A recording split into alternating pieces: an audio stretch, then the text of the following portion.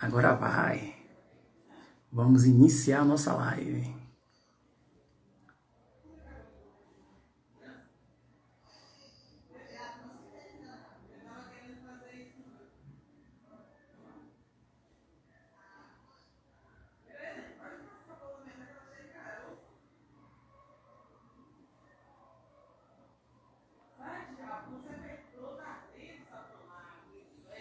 Vamos lá, gente. Agora é valendo, viu? Tudo certo, tudo pronto para a gente iniciar aqui os nossos trabalhos hoje com o mestre Zambi. A gente realmente ficou. Professor Roberto Shark, seja bem-vindo. Primeiro a entrar na live hoje. Bora, meu irmão. Um abraço aí pro menino Gael. Então ficamos um tempinho fora aqui das lives do Instagram. Meu mestre Hudson, seja bem-vindo. Ficamos alguns dias sem fazer lives, mas tinha um grande motivo. A gente estava organizando as novas entrevistas, conversando com as pessoas, organizando algumas coisas. Quem teve a oportunidade de participar ontem da live lá no YouTube, viu o resultado dessa nossa busca, dessa nossa pesquisa, e foi bem bacana. Conseguimos reunir 5 meninas com 5 histórias diferentes, mas falando sobre o mesmo tema, que foi a maternidade na capoeira. Foi muito bacana ontem, estou muito feliz pelo resultado do trabalho e digo a vocês que já estamos organizando a próxima live lá no YouTube, beleza? Quero agradecer também a todos que se inscreveram no nosso canal ontem. A gente saiu de 136 inscritos para 152. Espero que essa crescente ela continue.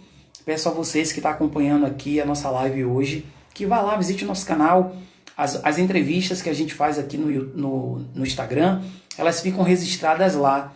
Então, se por um motivo ou por outro você não conseguir assistir, é só ir lá no YouTube que vai estar tudo registrado, tá bom? Essa é a 18ª live que a gente está fazendo dentro desse projeto. Eu quero saber, certo? Que por trás dele tem uma série de pessoas contribuindo para que esse evento aconteça, para que essa live aqui aconteça. Eu tenho uma notícia para vocês, só que eu só vou fazer o sorteio se a gente bater 100 pessoas assistindo a live. Então pega o aviãozinho, manda para seus amigos, compartilha essa live, aperta o coração que está aí do lado direito, na parte inferior, para a gente aumentar a projeção da nossa live, para que outras pessoas saibam que a gente está entrevistando o mestre Zambi. E a gente recebeu um presente hoje da professora doutora Bárbara Carini. Ela é escritora, já escreveu vários livros, mas hoje a gente vai presentear vocês com o livro Descolonizando Saberes. Tá? Bem bacana, mas a gente vai seguir aquela mesma ideia.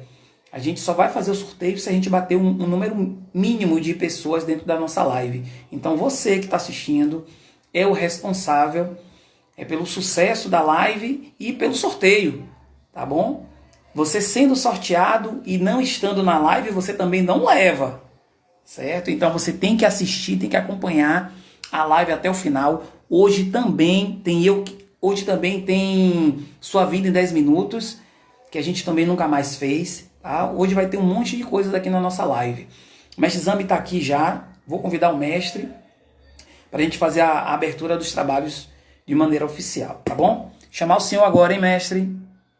Sim, mestre, com certeza. Fizemos uma live com a professora aqui e foi show de bola, um show de conhecimento. Aprendemos muito com ela. Ah, mestre, olha aí que maravilha. Tudo certinho. Vou chamar o senhor aqui. Chamei o homem, viu? Ansiedade aqui a mil, coração, ó, batendo aceleradamente. Mas vamos lá. A professora Bárbara Carinha está na live. Seja bem-vinda. Viu? Muito obrigado pelo presente. Espero que a gente consiga fazer o sorteio dele hoje. O mestre Zambi chegando. Pegando com imagem, mestre. Mestre Tito, seja bem-vindo.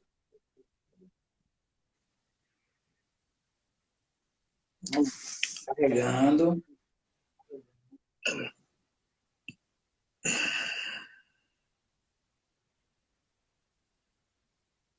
Tudo certo, mestre. Vou chamar o senhor de novo. Como já chega assim, né? Nem bom a gente manter. Vou chamar de novo o mestre. Poxa, obrigado. Eu que te agradeço, professor. A senhora não tem ideia do quanto de conhecimento a gente pôde absorver com a senhora naquela última live. E como o conhecimento, né, ele não para, está sempre em mudança, eu quero conversar contigo para ver se a gente consegue criar um novo recorte e te trazer para uma live de novo conosco, tá bom? Chamar o mestre aqui de novo, para ver se vai. Ah, aqui ele. Vamos lá, é isso mesmo. Essa internet, ela prega essas peças na gente. Abraço. Verdade, mestre Tito, verdade. As pessoas estão trazendo grandes presentes para a gente, com os conhecimentos, né, que elas vêm adquirindo ao longo dos anos. Muita experiência bacana. E estão compartilhando aqui conosco. Ontem, a formada Karine, da Holanda, ela falou uma coisa bem bacana, dentro da perspectiva dela, sobre a pandemia. A gente sabe que tem um lado muito triste de tudo isso, que a gente não tem como dizer que é irreal. Muitas vidas sendo perdidas, essa coisa toda. Porém, o que é que acontece? A gente está tendo a oportunidade de se aproximar de muitas pessoas que no nosso dia a dia a gente não ia ter condições, né, de se aproximar pela nossa rotina, pelos nossos trabalhos, enfim. E aí, esse lance dessa pandemia proporcionou muita coisa bacana em paralelo, né, a toda essa tragédia que está acontecendo, que é essa questão das lives. As pessoas estão estudando um pouco mais, as pessoas elas estão pensando em outras coisas que, por conta do seu dia a dia, do seu cotidiano, elas não paravam para pensar e nem para fazer. E está bem bacana, estou gostando muito. Mas X me caiu de novo. É questão de internet, vou tentar de novo. Enquanto isso, a gente vai fazendo entretenimento aqui com vocês.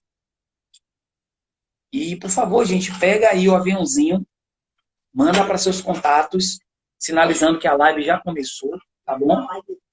E o coração que está aí do lado direito, vai clicando nele para aumentar o alcance da live, para a gente fazer uma live bem bacana. O professor Anu está aqui em casa fazendo uma suada que vocês nem imaginam, porque ele veio trazer o livro. O livro chegou aqui, gente. Opa aqui, que maravilha. Opa, que coisa linda, monstro. Descolonizando os saberes. Que linda, coisa linda. Mestre, o senhor está me ouvindo bem? Estou ouvindo bem.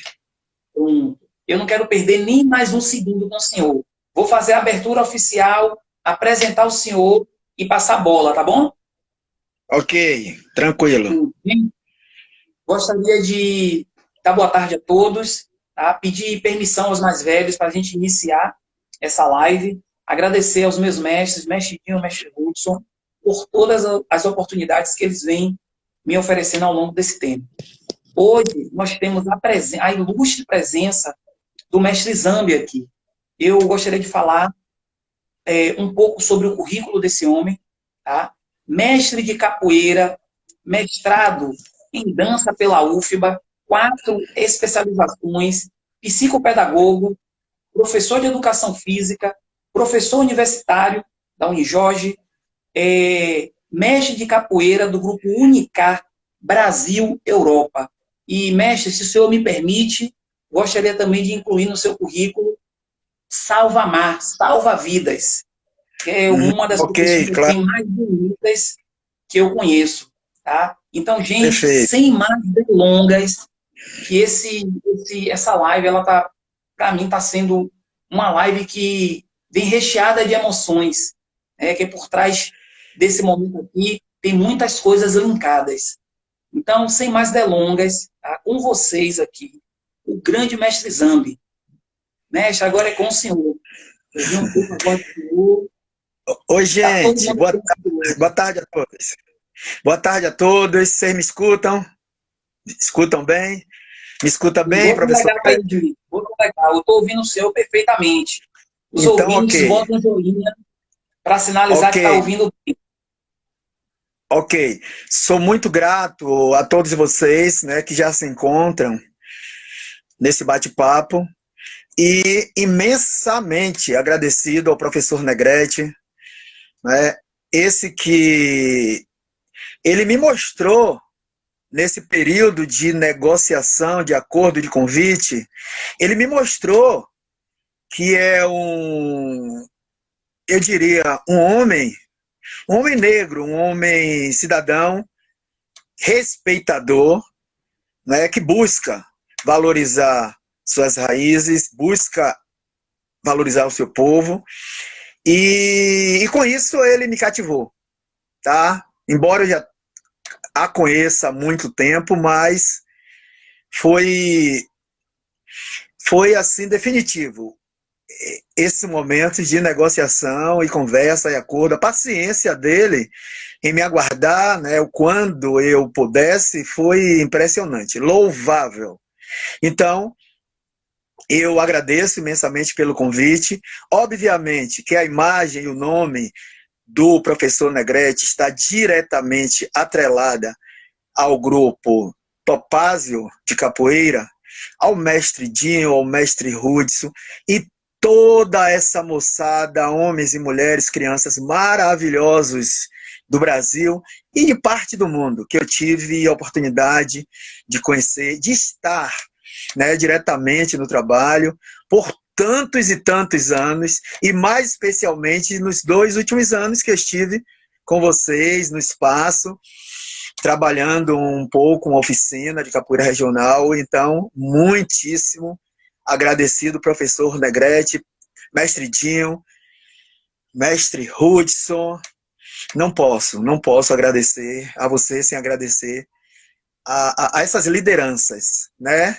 Inclusive ao garoto que vem chegando, o irmão do mestre Hudson, garoto muito educado, né? Não tem a menor queixa, extremamente respeitador comigo. E assim eu digo que estou me sentindo em casa aqui com vocês. Família Topázio e mediador, professor Negrete. Maravilha, mestre. Então, vamos lá. Mestre, eu gostaria de iniciar o nosso bate-papo falando um pouquinho sobre suas origens, materna, paterna, seu berço de nascimento, as suas origens familiares. Para a gente começar a entender Olha, um pouco do mestre Zambi. ok, ok. Eu tive pais altamente responsáveis com os seus 6 filhos, né, que eles geraram.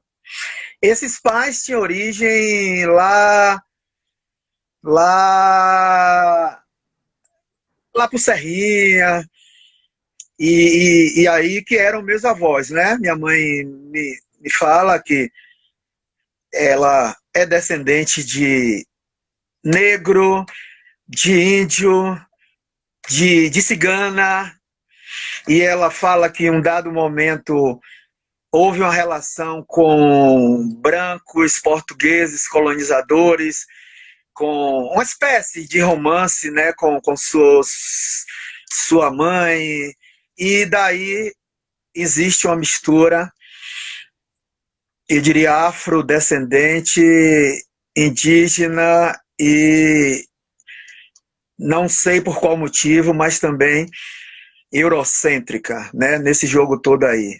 E meu pai eu vejo, identifico diretamente como filho, neto de africanos, certamente neto de africanos, né, e filho de pai e filho de africano, tá bom? Então, eu estou por aí em relação à biologia, a pais biológicos. Tá? Fui bem criado na Ribeira, nasci na década de 60 e nos anos 60 eu criei vários amigos, né, ali na Ribeira, Cidade Baixa, zona da Paz-de-Pana, e o bairro mais especificamente como o bairro da Ribeira. Então, enquanto paternidade, maternidade, eu venho daí desse lugar. Maravilha, mestre. Então, como a gente tentou alinhar, mestre, vocês que estão chegando agora, a gente já iniciou o nosso bate-papo. O mestre acabou de falar um pouco da sua origem familiar, né, de seu berço de nascimento, de suas raízes. E a gente está entrando agora na nossa segunda pergunta. Esse contato, né, da capoeira e o mestre Zambi, ele se dá em qual momento, né, dessa sua caminhada? Tá. Quando eu falo da minha infância, aí tem um fio condutor dessa infância, onde existe uma relação muito grande com as festas de largo realizadas na Cidade Baixa. Existem hoje festas de largos populares realizadas em vários bairros da cidade. Mas os da Cidade Baixa, Boa Viagem, Bonfim, Ribeira, eram festas de largo imperdíveis. Né? As pessoas realmente elas esperavam o ano inteirinho até chegar dezembro, início de dezembro, final de novembro, início de dezembro, começava essas festas de largo. E aí, professor Negrete, nós tínhamos a imensa felicidade de satisfazer o nosso desejo de ver a capoeira imersa naquele lugar, né, naqueles festejos, nas rodas de rua, no jogo de rua. Então eu começo a ver criança, 10, 11 anos, ainda sem permissão de ir para essas festas de largo, eu começo a ver da minha rua mesmo, ali na Vila União, que mais profundo é a Mangueira, que é a Massaranduba, eu começo a ver essas festas da minha rua, do centro da minha rua. E aí eu provoco minha mãe pedindo para ir até a esquina, ver a festa de perto, o qual as rodas aconteciam na frente da minha rua. E a partir dos 11 anos, minha mãe diz, vai, tenha cuidado, vai e volta. Não se envolve em problema, e eu vou e vejo a roda de rua das capoeiras acontecendo. E fico encantado. Eu fico intensamente encantado. Quer dizer, nós já jogávamos as pernas ali com 6, 7, 8 anos de idade, com a influência do bairro da Mangueira, muito próximo da localidade que o mestre Dinho morou e tantos outros grandes capoeiristas. E aos 11 anos tenho essa oportunidade direta, diria assim, oportunidade direta de vivenciar e estar próximo dessas rodas de capoeira. Maravilha. É assim que se dá o meu primeiro contato formal com capoeiristas, roda de capoeira formalmente construída. Massa. Mestre, eu gostaria que o senhor discorresse um pouco mais nesse ponto, seguindo até um pouco mais adiante, porque a gente tem interesse também de saber esse seu desenvolvimento dentro da arte. Dentro, assim, do que o senhor está falando a título de tempo, isso aí foi meados de 72, 73, o senhor com 10, 11 anos de idade, então acredito que já ficou algumas imagens, né? Eu não sei se o senhor consegue trazer alguns nomes, mas eu gostaria que o senhor desse um avanço, né, em direção à sua concepção, né, enquanto capoeirista, para a gente já entender essa relação do mestre Zambi, né, que é tão duradoura dentro da capoeira. Pronto. Vou fazer aqui uma trajetória meio que sucinta, né? Objetiva, direta. Com essa idade, você calculou muito bem o momento histórico. Enquanto cronologia, eu estou ali no início dos anos 70, já desfilando nos desfiles da primavera. Acontecia anualmente, né, no início da primavera, enquanto evento que referenciava, que promovia aquela estação do ano, tendo em vista, né, que dali já havia uma crescente para o verão. Então a primavera ela era muito divulgada. Existia um trabalho do governo em cima da primavera que se estendia para a arte, para o esporte, para a cultura. E com os 12 anos, 13 anos, 73, 74, eu já estava nesses desfiles. E aí, na época, a moda era saltos e acrobacias.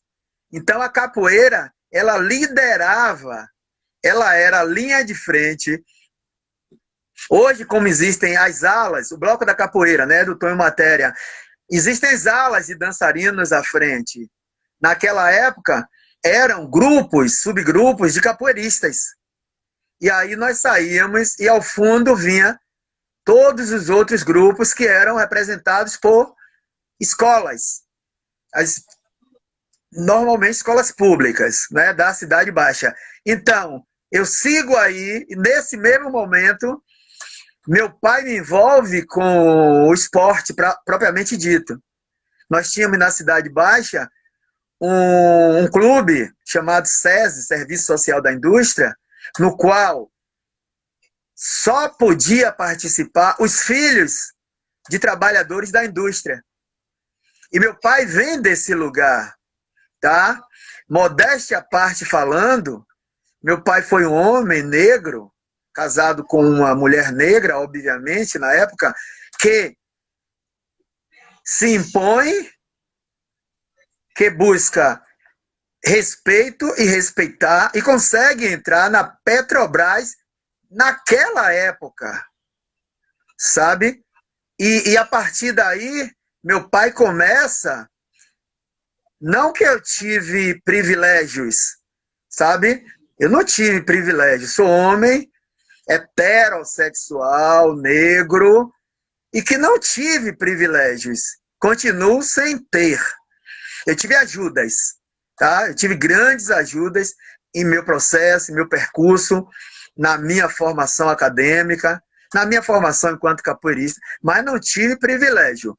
Foi o meu pai, com a sua ralação, no dito popular, que pôde dar aos 6 filhos dele um certo privilégio. E eu era o escolhidinho de meu pai, tá? Nessa idade de 12 anos, meu pai pegou o carro dele, o Fusca, que era o carro da época. Eu lembro que meu pai tirou, né, esse carro novo e tá.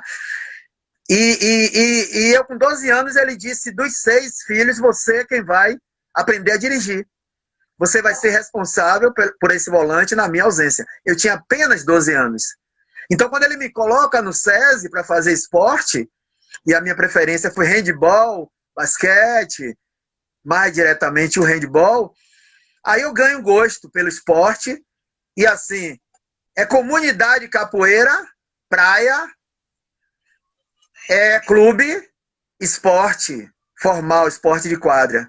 E aí eu vou seguindo para a adolescência, né? Aí a capoeira ela é mais castigada dentro dos nossos tempos livres, dentro dos nossos lazeres. Ali, na Cidade Baixa, ali na Vila União, ali na Ribeira, que envolvia capoeiristas da Mangueira, da Massaranduba, do Jardim Cruzeiro, do Uruguai, da Baixa do Petróleo. Incluía alguns grandes nomes que hoje ainda estão aí. Eu espero que eu tenha a chance, a memória de ainda relatar o nome de alguns deles. E aí, nesse seguir de adolescência, eu tenho alguns êxitos, inclusive no esporte. Com 16 anos, o meu querido técnico, Luciano Brandão, já me indicava como o garoto, né, o adolescente do ano, o atleta do ano, enquanto dedicação. Perguntava o que é que eu fazia, além de praticar o handball. Eu dizia que a capoeira no meu bairro, treinava todos os dias com meus colegas, ia para a praia, ia para o pó de serra do Lasca, da Mangueira, e ali estava, né, na prática, concomitante da capoeira com esses esportes, até chegar aos meus 17 anos, quando meu pai me leva para me alistar no Exército Brasileiro. E quando eu chego no Exército Brasileiro, eu sou surpreendido que eles lá, na época, eu servi o Exército, gente, há quase 40 anos. 1981 eu servi o Exército. Passei um ano, né, obrigatório, naquela época, jovens, segundo eles, né, jovens com perfil corporal, com a estrutura educativa, precisavam se alistar e servir o Exército. E aí eu entro no Exército e já entro num grupo de capoeira, um grupo de atletas que existia no Exército. Esses atletas jogavam handball, faziam atletismo, futebol e um grupo de capoeira. E aí eu me ingresso já nesse grupo aí aos 18 anos. Então, você consegue entender, professor Negrete, que até aí, A mente. né, até aí eu tenho uma vivência imensa e extensa com o corpo, com o movimento, com o repertório de movimentos, sabe? Então foi Tem algo que me... uma veia pulsante, né? A veia pulsante para o esporte. Exatamente. Aqueles jogos, aquelas brincadeiras lúdicas recreativas de rua da comunidade, eu não perdia uma. Quando minha mãe me procurava, eu já estava lá na cabana, na pircula, no jogo de peão, de furapé, de arraia. Eu não perdia uma, sabe? Então, inclusive, tinha horários para isso, à noite. Pelo dia capoeira, pelo dia... Eu tenho assim essa referência de praia, porque adorávamos o banho de mar, mas antes do banho de mar nós usávamos ali areia, como hoje é usado ali no solar do Inhão, que os meninos vão, né, para se preparar, para fazer o show folclórico. Então eles atuam ali naquela área ali, né, do Inhão.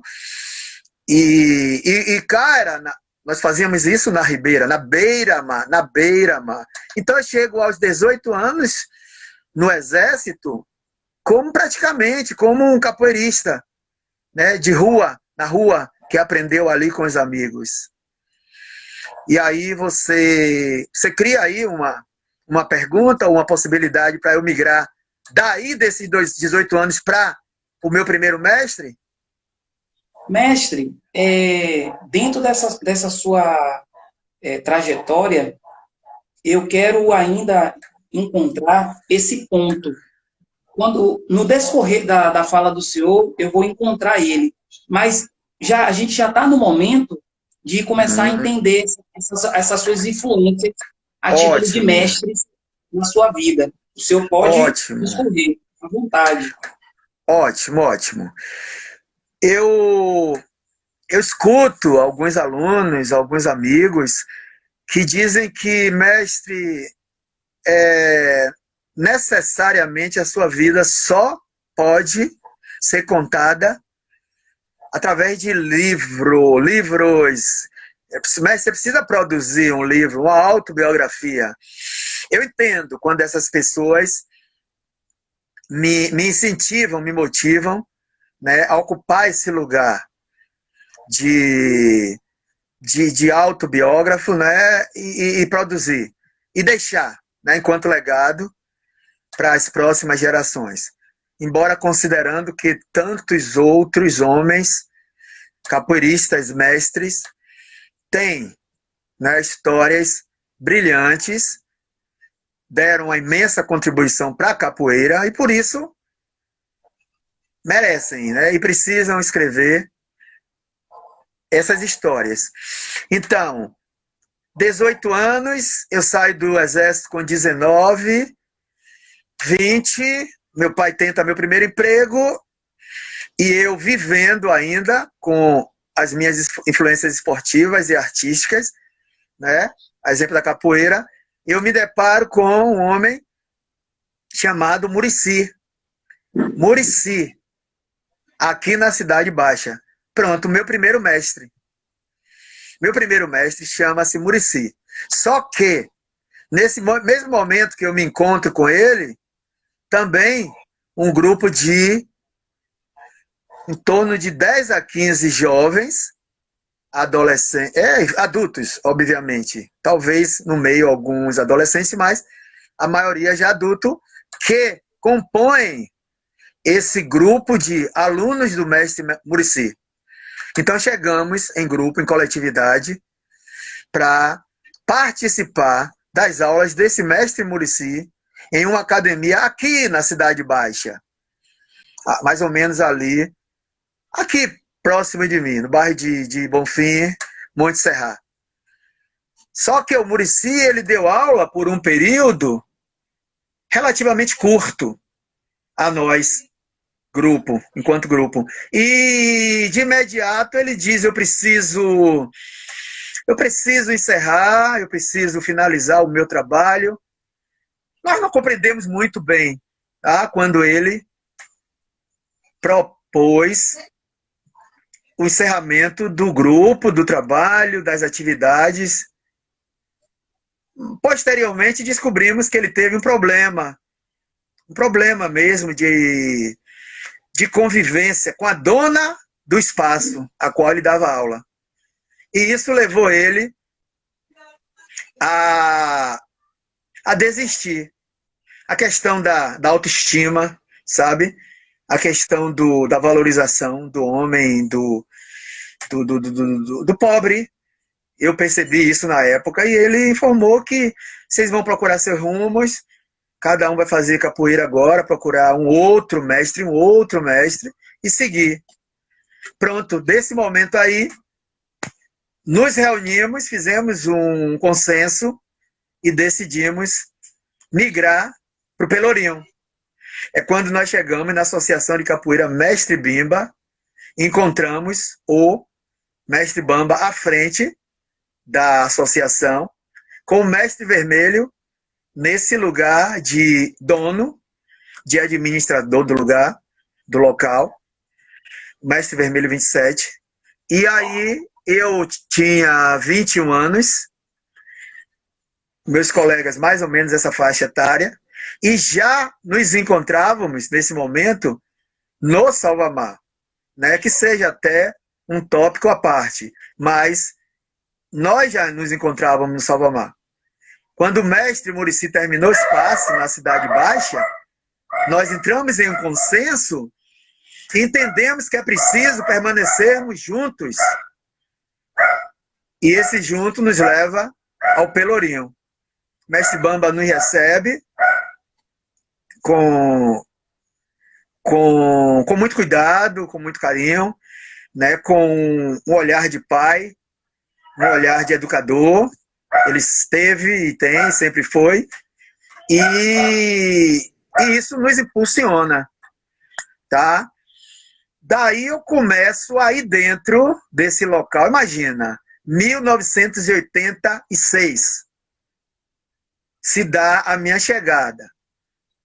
Na verdade, quando eu digo que o grupo migrou para a associação, foi gradativamente. Porque o primeiro a chegar por lá foi o mestre marinheiro. Aí o mestre marinheiro tinha afinidade muito grande, muito forte comigo no Salvamar. E aí ele me convida, justamente nesse momento que nós estávamos sem aula, sem mestre, sem espaço. E aí eu vou. No dia 11 de setembro de 86, eu vou com o mestre marinheiro. Ele tinha apenas 3 meses lá com o mestre Bamba.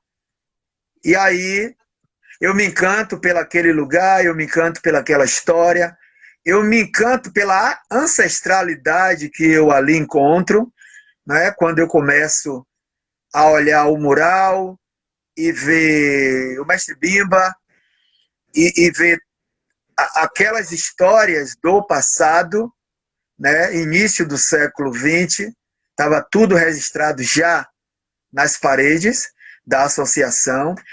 Eu me vejo próximo, muito próximo, perpassando de todos os pertences do mestre Bimba, ali naquele lugar, tá? E eu me identifico enquanto tendo sido representado pelos homens. Eu vejo a imagem de Zumbi dos Palmares, né? Vejo uma fotografia lá. Eu vejo uma foto dos então grandes mestres de capoeira do passado, Totonho de Maré, Traíra.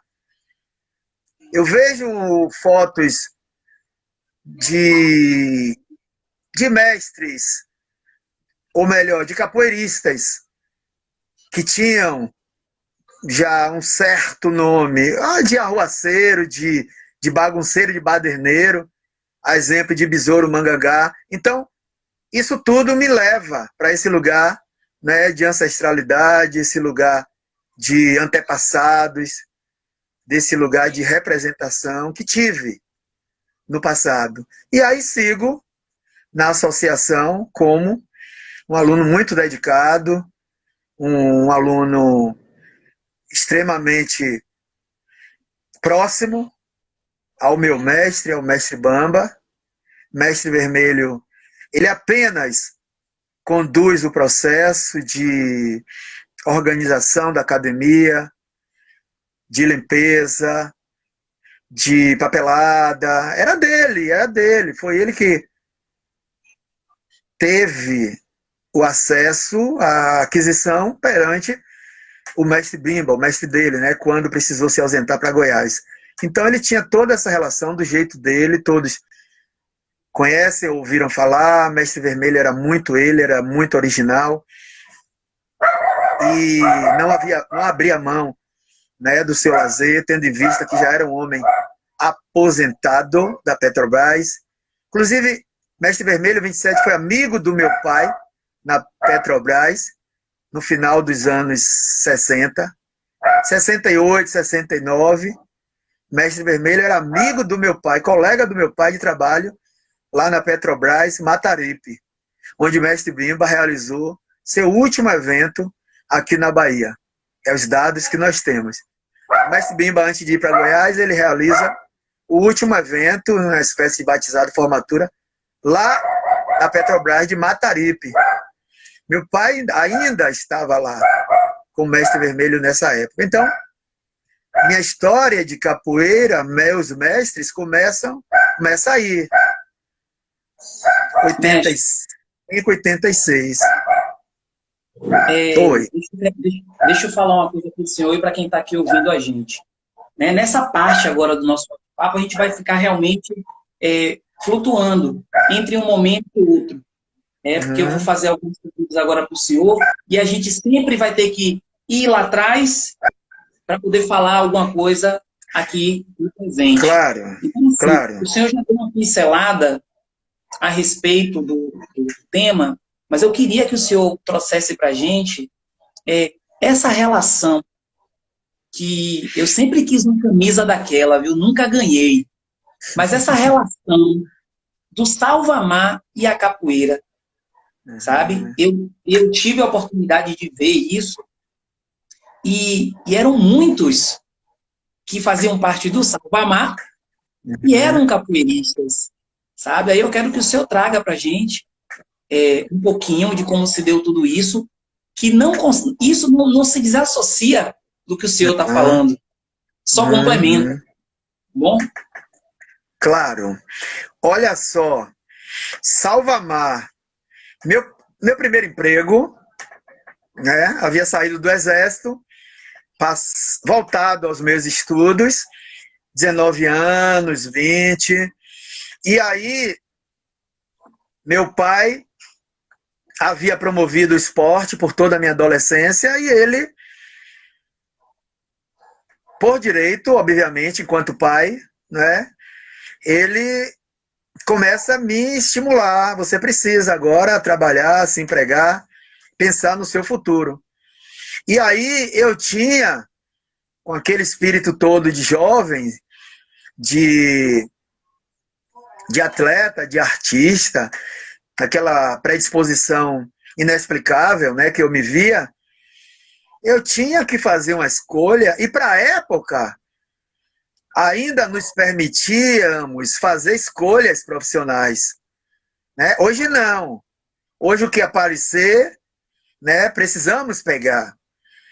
O número de desempregados é grande, né, o subemprego e etc. Mas naquela época era possível, tinha emprego em todo canto. Era possível escolher. E aí minha tendência foi me manter no que eu já tinha, né, enquanto origem. E aí o Salvamar, 1984, há 36 anos atrás. O Salvamar já era uma empresa, já era um emprego, já era um grupo de trabalhadores, jovens, homens, diria assim, me permita, posso falar tranquilamente, jovens muito loucos, sabe? Jovens liberais, jovens que respeitavam o que eles queriam e a quem eles queriam, mas que tinham algo muito, muito, muito forte, muito belo, muito plausível, que era a responsabilidade em salvar vidas.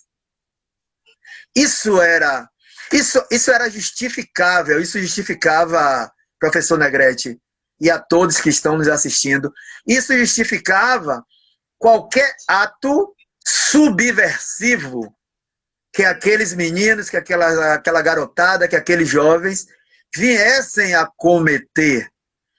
E éramos, sim, subversivos, né? A subversão era a nossa cara. Então, eu escolho, em 1984, a fazer um teste nesse lugar.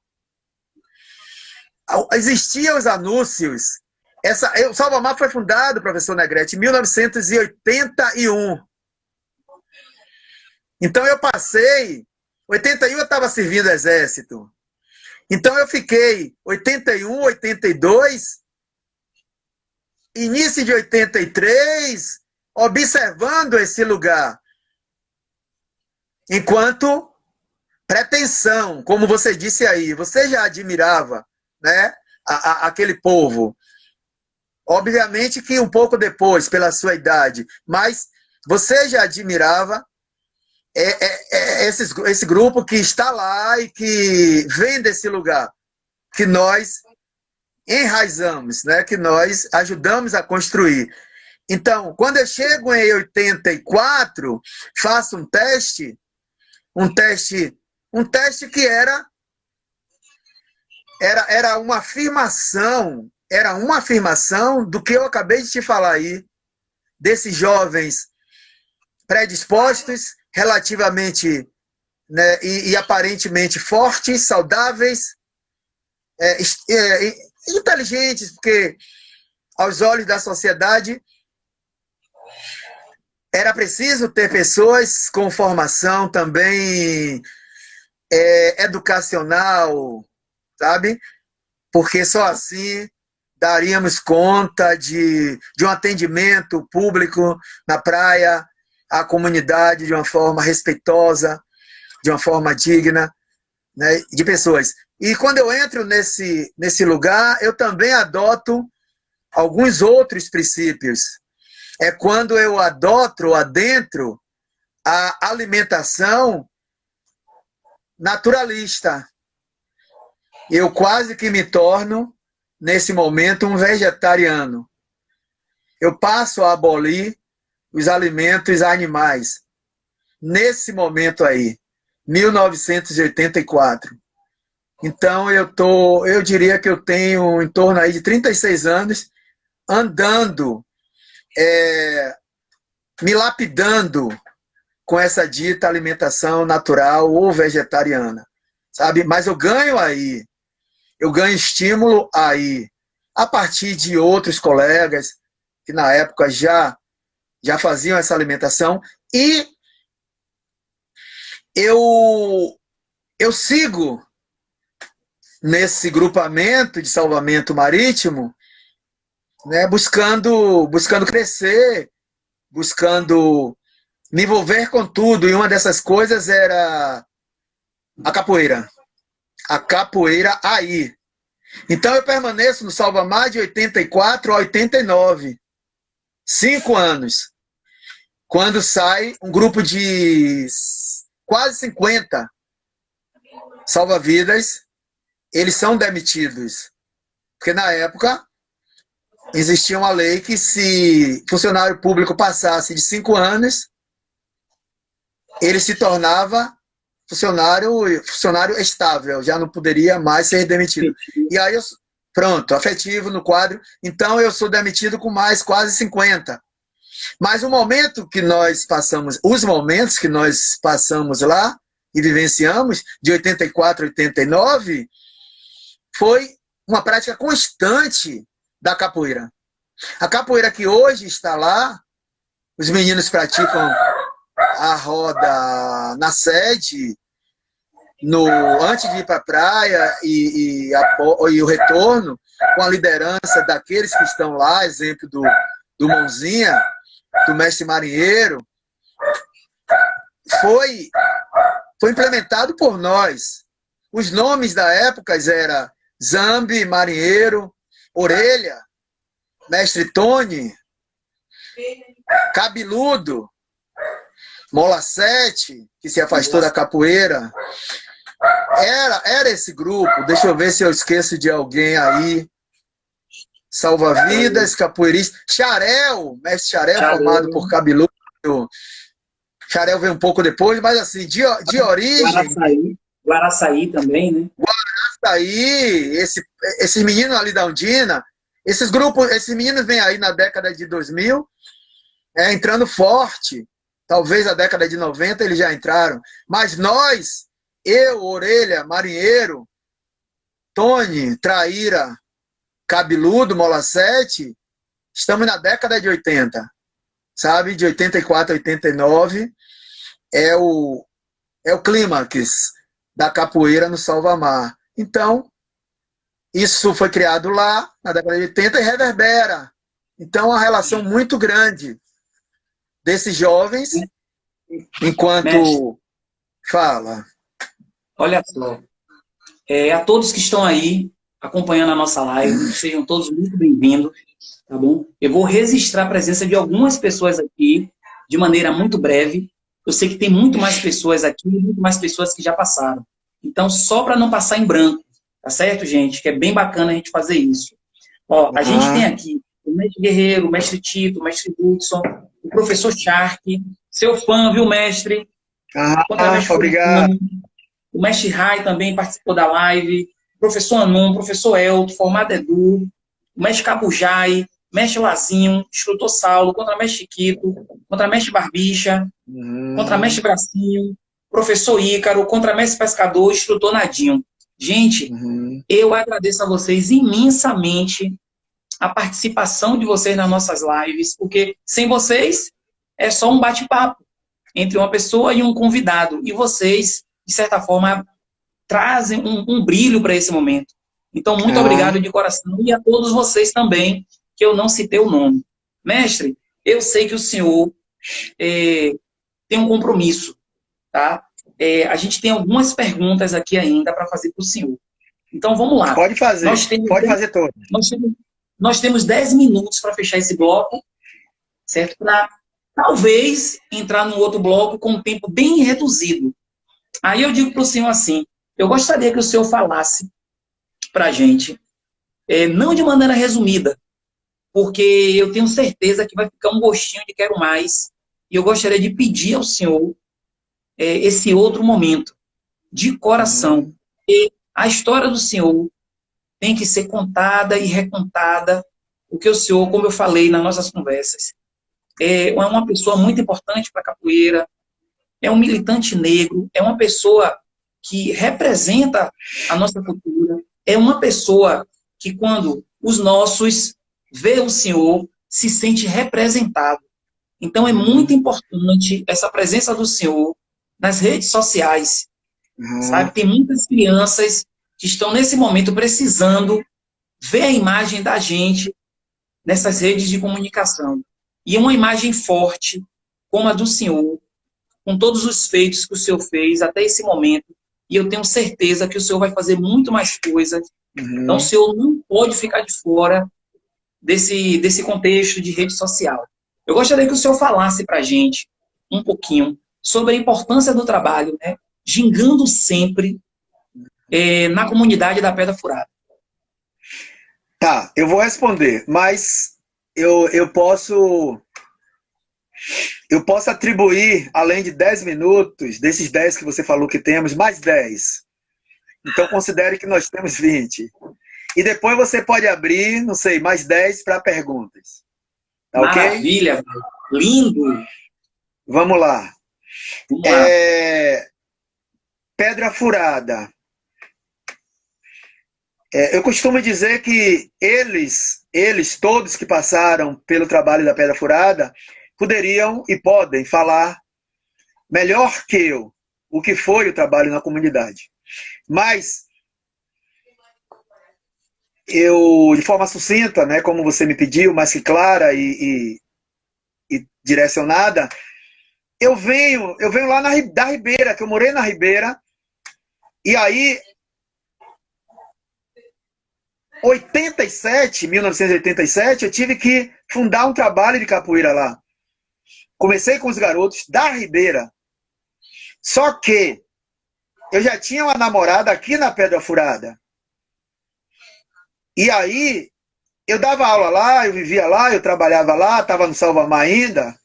E à noite eu vinha para a Pedra Furada me encontrar com a namorada, com a garota, né?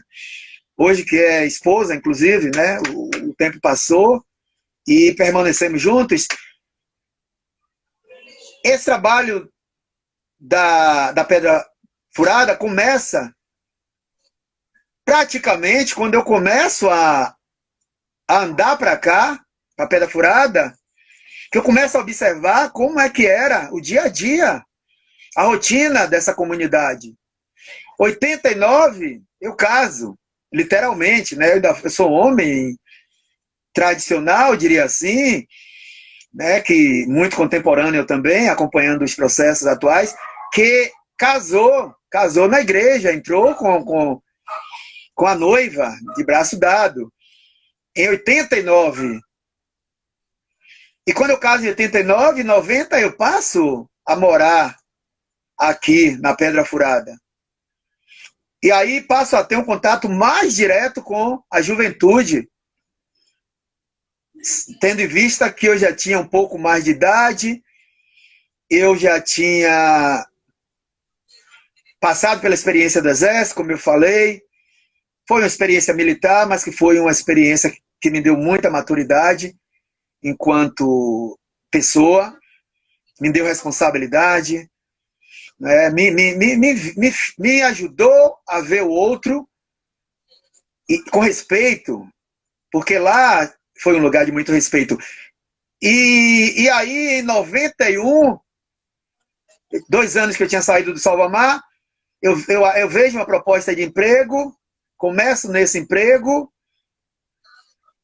e a partir desse emprego, um colega de trabalho, ele me diz que tem um espaço aqui na Pedra Furada, uma escolinha, a sede da comunidade, e pergunta se eu não quero chegar nessa comunidade, muito perto da minha casa, né? Eu tinha casado, já tinha uma casa em construção, no espaço que a família do meu sogro me deu, nos deu, e muito próximo tinha a sede da comunidade. E ele me leva nessa sede, eu gosto desse espaço.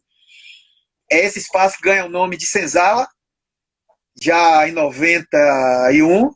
É nesse espaço que eu começo com os meus primeiros alunos da comunidade, tendo em vista que eu deixei os alunos da Ribeira lá e disse para eles que se eles quisessem acompanhar o trabalho, que eles viessem para cá, para Pedra Furada.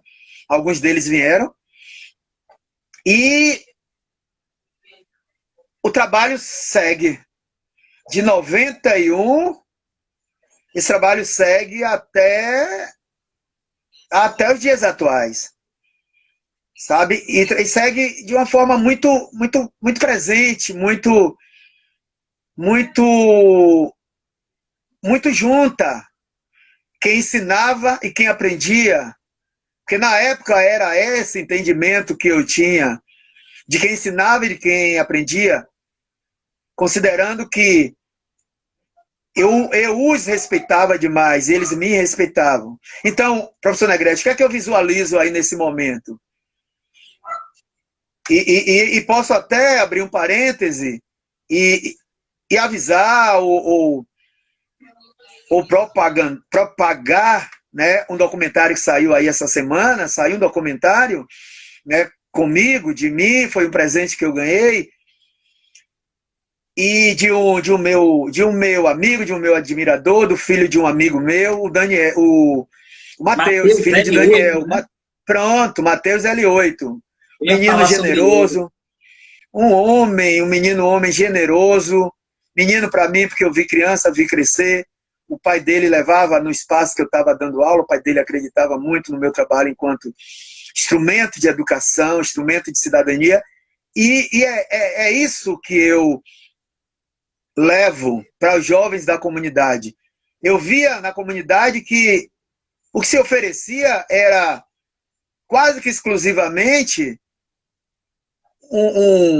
um serviço, um trabalho de pescadores, um trabalho no mar, e a nossa comunidade sempre teve uma imagem de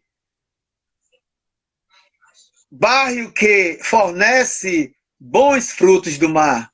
Ali tem deliciosos frutos do mar.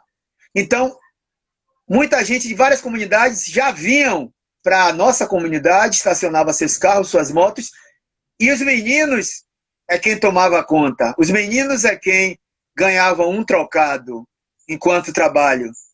Esses mesmos meninos que eu estou de olho, e eu fundo esse trabalho, eu crio esse trabalho nessa comunidade e passo a dar uma assistência a eles com um cunho de trabalho comunitário, né? Eu me vejo como um colaborador comunitário, e dali eles começam a se motivarem a procurar esse local e a procurar essa pessoa. Zambi, professor Zambi, professor Zambi, e chegam e simpatizam e ficam. Esse trabalho cresce, professor Negrete, de uma forma assustadora. Eu tive quase 2.000 alunos aqui nessa comunidade. Começa pelos alunos fixos, tendo em vista que não precisavam pegar ônibus de uma comunidade para outra, não precisavam sair andando de longe, eram os alunos da própria comunidade.